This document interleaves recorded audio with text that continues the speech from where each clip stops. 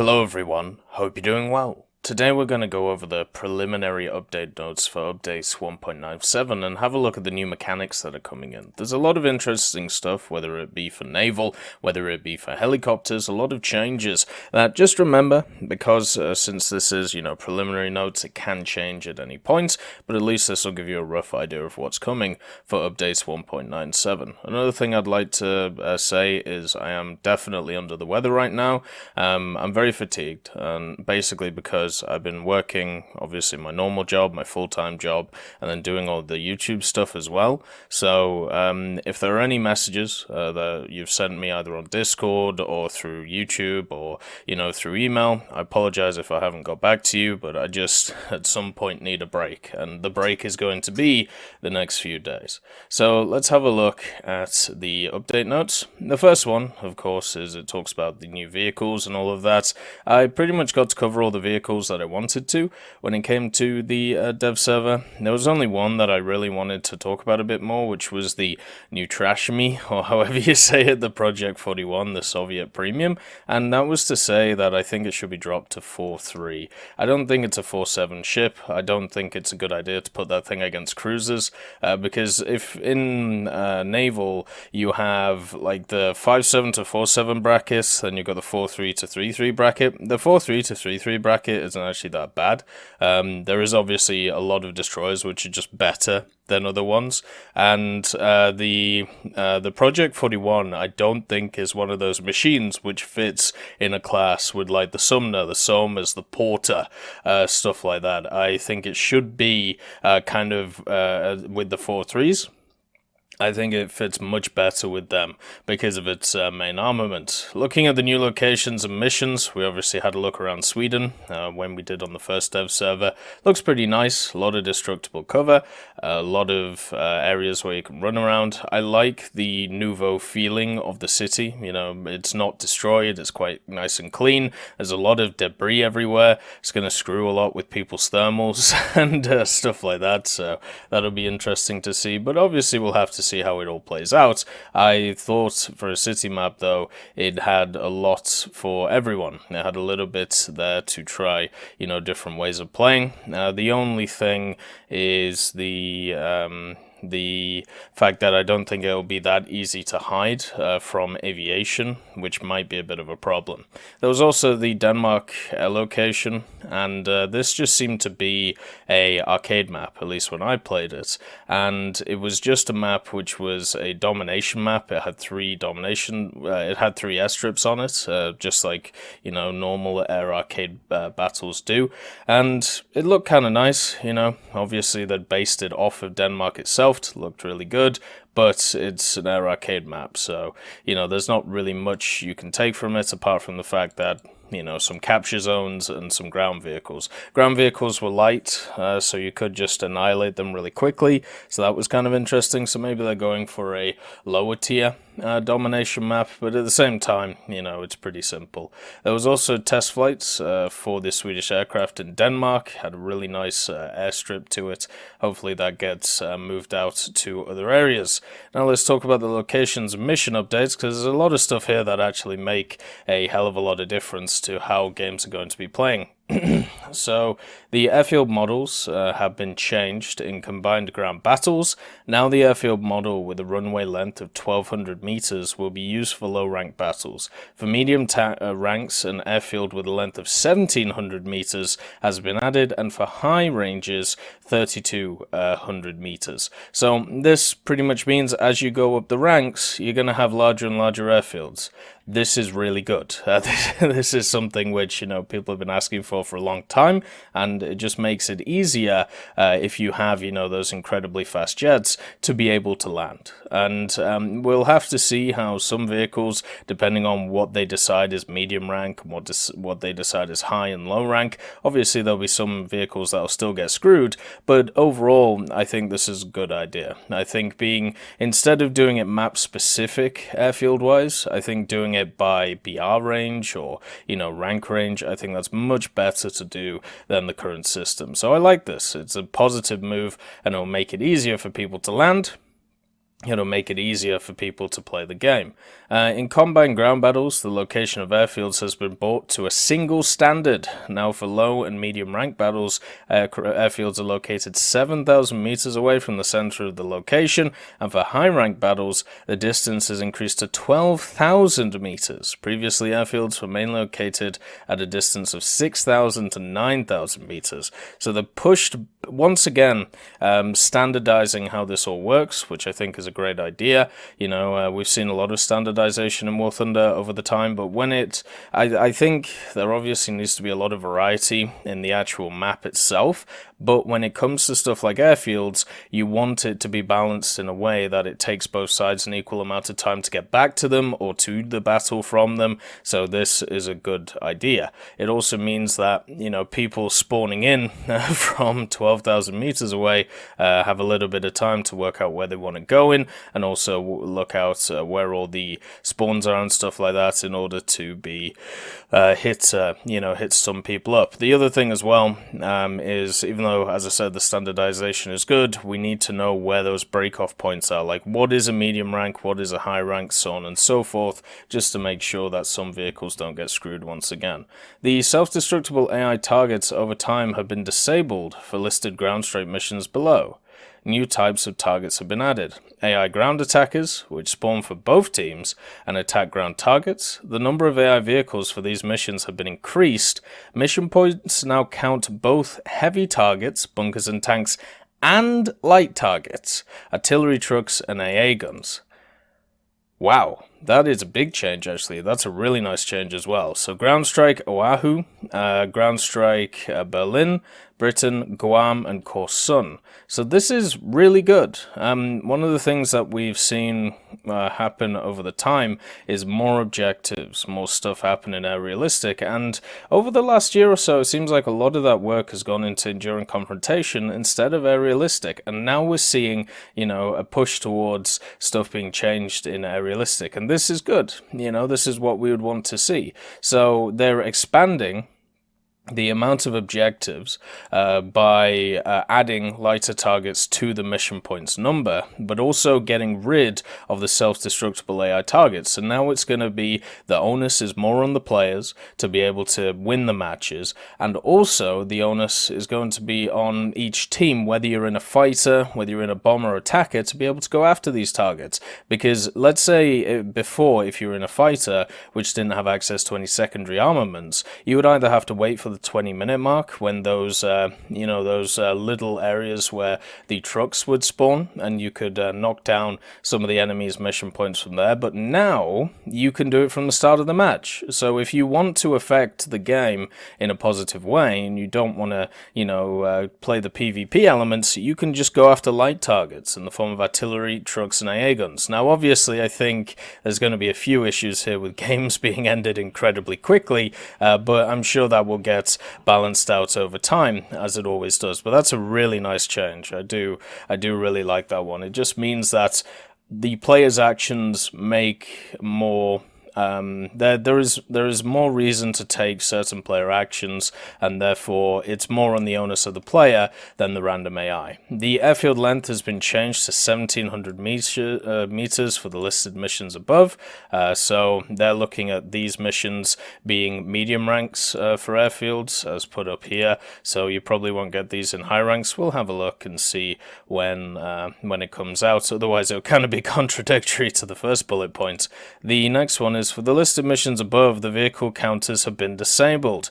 They basically duplicated the score displayed at the top of the screen, but it occasionally didn't reflect the actual number of vehicles required for victory. When, for example, the bombers had destroyed several bomb zones, whilst the number of victory points decreased. So they're talking about the number in like the bottom left, I believe it is, where it basically says 4 medium tanks left, but that doesn't correlate to the amount of mission score that you need to do. I think that's good, because I've actually got a few people saying, well, how did we lose this if we still have 3 tanks left? And it's because the enemy bombed out the bases and therefore they lost mission score through there. I think now It's going to be a little bit harder for people to understand what's going on, because they're going to have to know how much each objective gives in the form of mission score to take away from the enemy. But I think in the long run, once people learn about that stuff, then it will be a positive effect.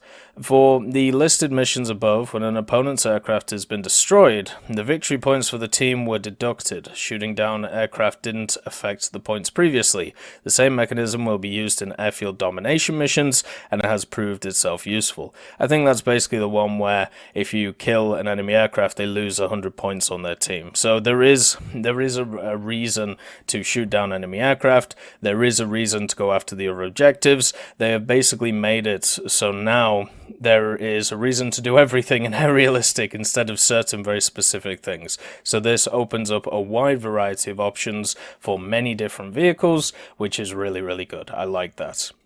Then we're on to some Soviet and Chinese vehicles with the volumetric armor. This was something that was brought in a while ago, I believe, for the T-80U, or was it for the T-64? I can't remember. But it was basically a different way of how the armor was calculated and modeled in the game. So instead of it just being made up of a bunch of, quite small parts, instead it was made up of one whole part, which all had different angles to it. So now the T-72A, T-80B, all the T-54s, Type 59, 69, ZTZ 59D1, and also the T-34s for the 76 and 57mm versions all have volumetric armor. So that's really cool. That'll mean that the game will be a lot more precise when it comes to, dealing with them and working them out. So that's lovely.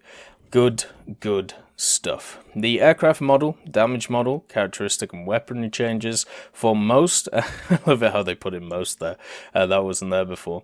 For most air-to-air missiles, the launch range has been changed to real values at low altitude, reduced by about 25 to 30%, so missiles are going to get way less effective at low altitude, so this will hopefully force the engagements higher, meaning that people will be going faster, which will be always very fun. The IR seekers of air-to-air missiles can now handle multiple targets inside the seeker FOV in a proper way. Missiles no longer turn away from targets. Okay, that's kind of interesting. So if you have somebody who, perpendicular goes across you, or if you have, two target splits, then the IR should still be able to keep on the target which it was going after before. That sounds very fun, and I hope it works. We'll have to see if it actually works in-game, but that will be lovely. The Igla, Stinger, and Mistral missiles, so these ones are present on a lot of the top-tier helicopters, and also, of course, the Sedan Mistral. The corrective flight performance and seeker parameters, rocket motor thrust has been increased, lateral acceleration has been decreased. So they will go faster in a straight line, but once they have to turn, it's going to be a little bit harder for them. So they're still going to be incredibly powerful, because all of those air-to-air missiles are, or ground-to-air missiles even in the form of the Mistrals, are incredibly powerful, but it is nice to see that they are getting changed. The Firestream missile has been tuned according to sources. Lateral acceleration and seeker gimbal angles have been increased. Pure pursuit guidance method is used instead of proportional navigation. So it's going to be faster, it's going to be meaner, it's going to be a bit more fun with the good old Firestreak. Cloud cover now reduces the target lock-on range of IR and laser homing sensors. Makes sense, that's good change. I thought before it already did that, but obviously not. The F4C, the modular set, has received RWR, radar warning system. Once again, it's lovely to see that radar is being more and more expanded on the dev server. It was really cool to see the Apache, the H-64D, with the longbow radar have access to air-to-ground radar and also air-to-air radar, and both systems working really, really well. It's amazing when you think about the radar in-game has only been around for about a year, and the amount of evolution that has gone through. It's kind of staggering when you think about it. I mean, even just more than a year ago, we used to, in ground, for the, targeted AA, like the Gepard or whatever you want to, the Gepard or the Shilka, it used to just be an arcade aimer. Now look at it. Absolutely bonkers. The F4M FGR2 Radar warning receiver and air-to-air missile launch zone computer has been added to the radar. Ballistic computer for bombs, rockets, and cannons has been added. So this was unfortunately disabled on the second dev server. I really want to see how it works, but I'm kind of worried about it because it's another automated system in the game. When it comes to automated systems, I'm always a little bit skeptical because it kind of just dumbs down the game. I would rather have it so it was much more, based around player skill or, player not intuition, sorry, just player knowledge instead of automatic systems. But maybe this would free up the brain for other things that people want to do. So we'll see how it is.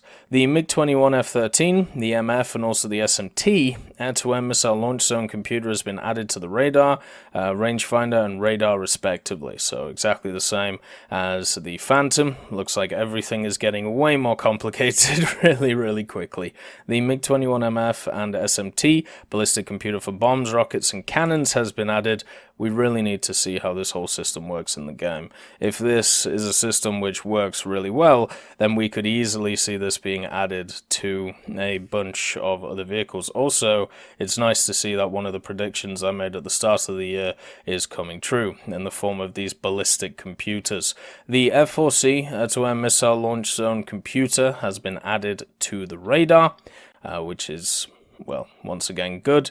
The T2 as well, so the good old Japanese plane, the air-to-air missile launch zone computer has been added to the radar as well. Ballistic computer for bombs, rockets, and cannons have been added. So pretty much we're getting even though all these new systems are nice, we're once again getting a point where a lot of the 10.3 vehicles are now growing in power, where everything else below them is not. So we're going to see an even larger power vacuum than before. The H-1F and H-1Z received auto sight for rockets. The H-1Z now features auto sight for cannons. Now, I want to see what this actually means, because once again, I don't think it was available on the dev server, unless it was linked to the auto tracking thing that I was able to do, but I'm pretty sure that's already in game. So I think it's a separate system, the targeting and then just shooting as you go along. But we'll have to see when it actually happens. The Tiger UHT, so the Eurocopter Tiger, has received an automatic sight for rockets and cannons,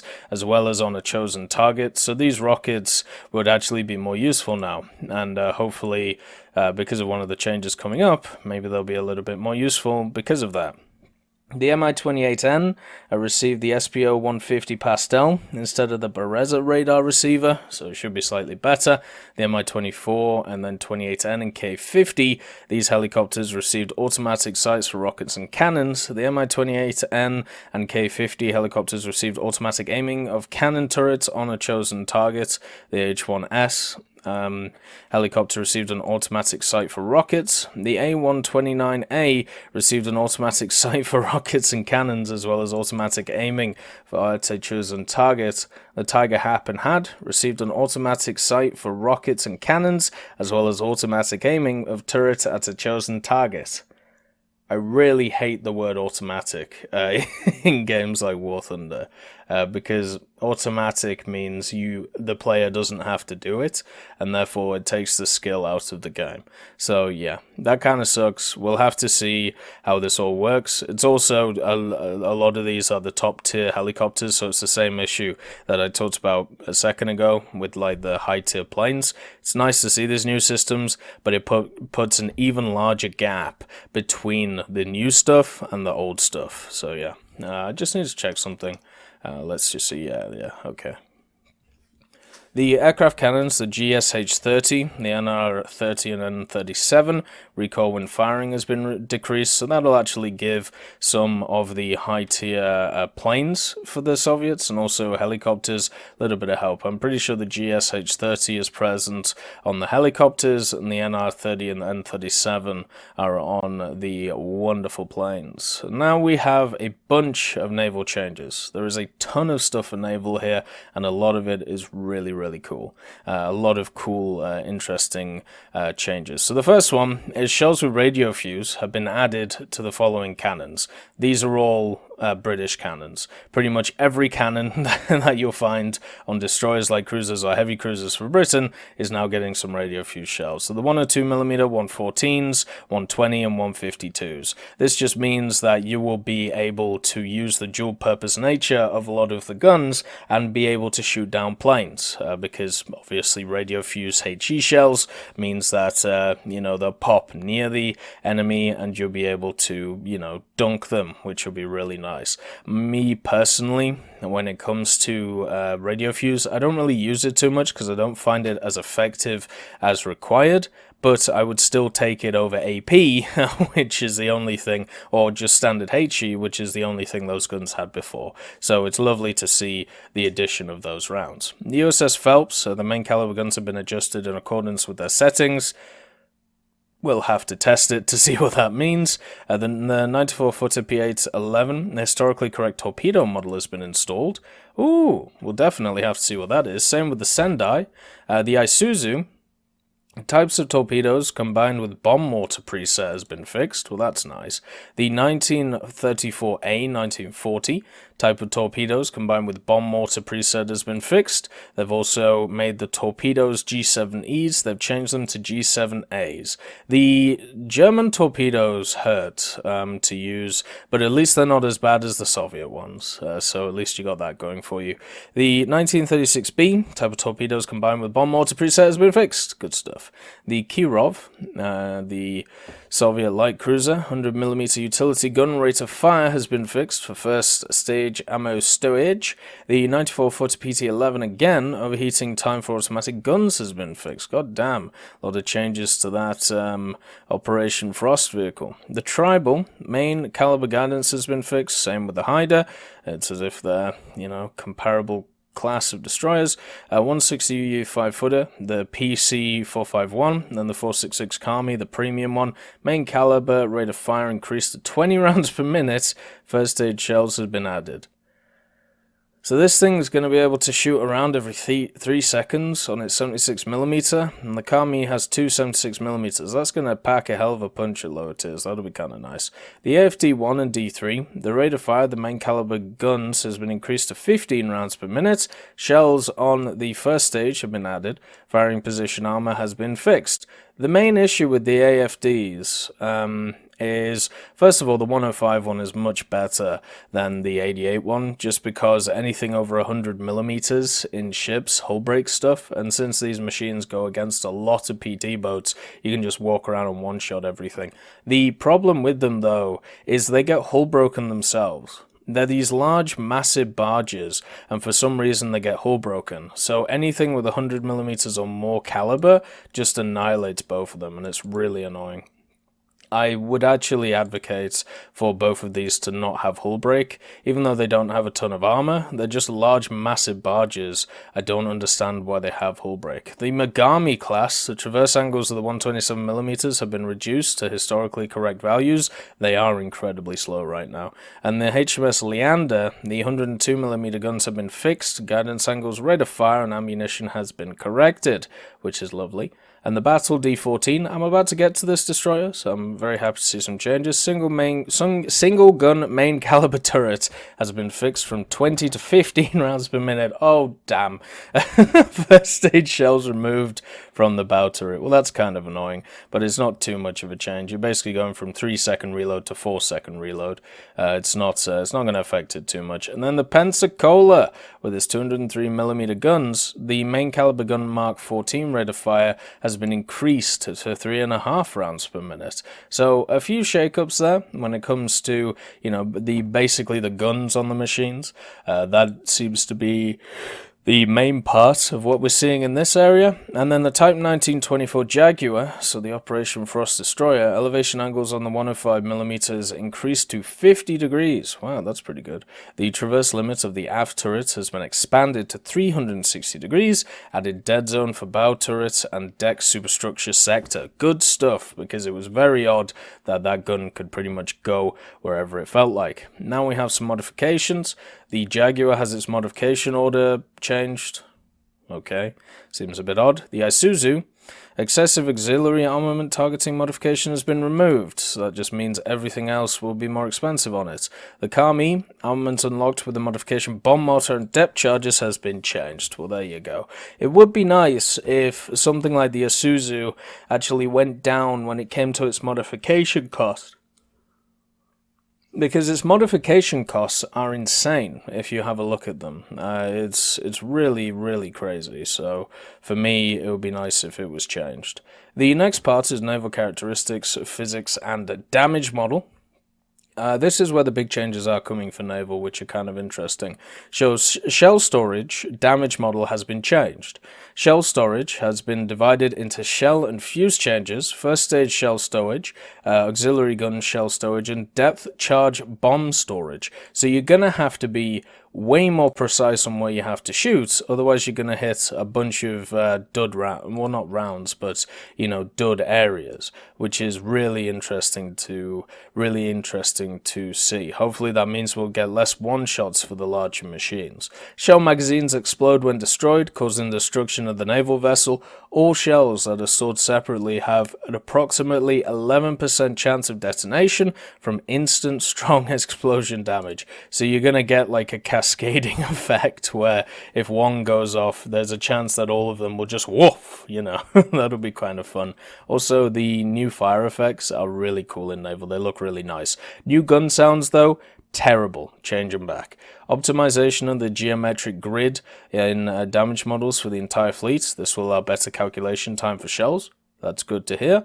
Balanced time of repairing modules in realistic battles mode. Thank God, because it seemed very odd when it came to repairing certain things compared to others, where it was just insane to repair them at the rate that they were going. The next one is the MBK-161, the Atlanta, the Megami, and the Kirov. Main caliber turret armor has been fixed. The Sionin hull damage model has been fixed. So the Sionin was given hull break, right? I think it was in the last update. This made it completely useless. And then they took away its hull break.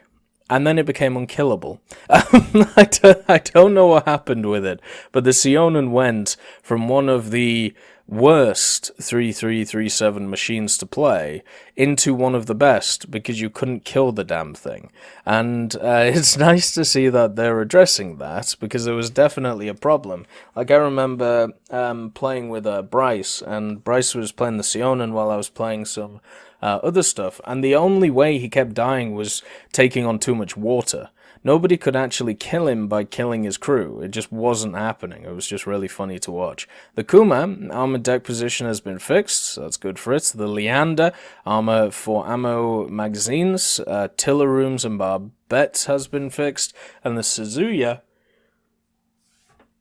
I just want to thank Ambrosius McClellan, B. Young, Blackie, Chris Giltnane, Daniel Stanton, Jay Wilt, John Ryman, Martinez, Super Cacti, Trigger Hippie, Eugene's Terry, and also Elove Goat and Samuel Slick for supporting the channel.